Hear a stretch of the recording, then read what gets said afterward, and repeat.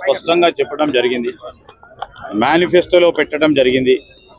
కాళేశ్వరం ప్రాజెక్టుపై తప్పకుండా విచారణ చేపడతామని చెప్పాం. నిన్న కూడా ముఖ్యమంత్రి రేవంత్ రెడ్డి గారు కూడా స్పష్టంగా ఈరోజు మేడిగడ్డ కానీ అన్నారం బ్యారేజీలకు సంబంధించి ఒకటి కుంగిపోయింది, ఒకటి బుడుగులు వచ్చినాయి, వీటిపైన విచారణ జరుపుతామని స్పష్టంగా నిన్న కూడా అసెంబ్లీలో చెప్పడం జరిగింది. బీజేపీ వాళ్ళు బీఆర్ఎస్ వాళ్ళు పారిపోతారు, వాళ్ళ పాస్పోర్ట్ సీజ్ చేయాలని చెప్పి సరే, ఒక పక్షాన బీజేపీ, ఇంకో పక్షాన బీఆర్ఎస్. మేము 10 సంవత్సరాల నుంచి చూస్తూ ఉన్నాం. మాట ఒకటి ఉంటుంది, చేతలు ఒకటి ఉంటుంది. సో వారిపైన ప్రజలకు నమ్మకం లేదు.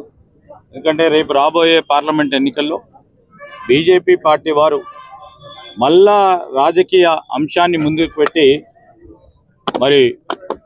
ఓట్లు దండుకునే ప్రయత్నం చేస్తూ ఉన్నారు. ఈరోజు బీజేపీ వాళ్ళు 9 సంవత్సరాల నుంచి ఏం చేస్తున్నట్టు, ఈ ఎన్నికల తర్వాత ఎందుకు మాట్లాడుతున్నట్టు?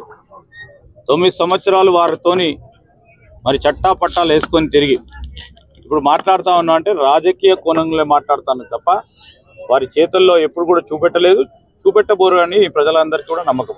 ఉమ్మడి కరీంనగర్ జిల్లా వాసులందరికీ కాంగ్రెస్ పార్టీ తరఫున మా అందరి తరఫున హృదయపూర్వకంగా వారికి కృతజ్ఞతలు తెలియజేస్తా ఉన్నాం. ఉమ్మడి కరీంనగర్ జిల్లాకు సంబంధించి ఎప్పుడు లేని విధంగా కాంగ్రెస్ పార్టీకి పట్టం కట్టి ప్రభుత్వం ఏర్పాటు చేయడానికి వారు ముందుండి నిలబడడం చాలా సంతోషకరం.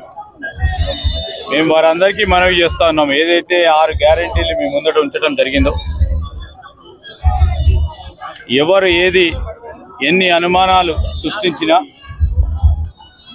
మేము తూచా తప్పకుండా 100 అయినా 106 అయినా ఈ 6 గ్యారెంటీ పథకాలను తప్పకుండా అమలు చేస్తాం.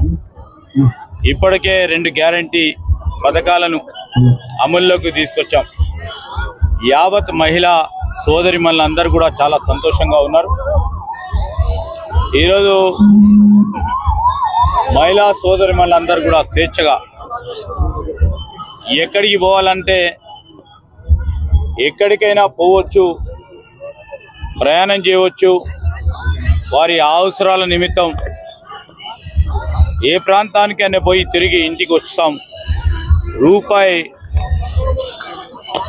వారి పర్సులో లేకున్నా ఈరోజు మాకు సంబంధించిన పనులు మేము చేసుకొని రావచ్చు అనే ఒక నమ్మకం.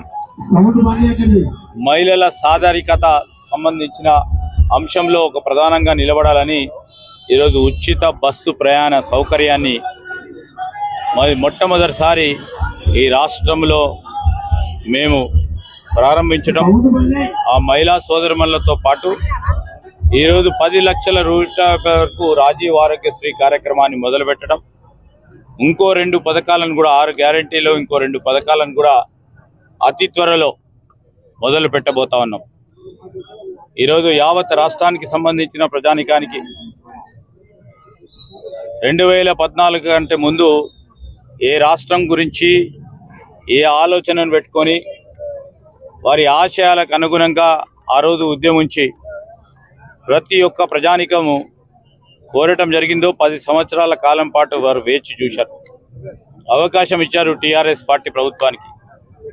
కానీ వారు అనుకున్న ఆశయాలకి దూరంగా, ఆ లక్ష్యాలకు దూరంగా ప్రయాణం చేస్తూ ఉన్న టీఆర్ఎస్ పార్టీ ప్రభుత్వాన్ని గద్దెదింపి ఈరోజు కాంగ్రెస్ పార్టీని నిలబెట్టిన ప్రజానికానికి ఈరోజు మీరు మార్పు రావాలి, మార్పు కోరుకున్నారు, ఆ మార్పును తప్పకుండా చూపెడతాం.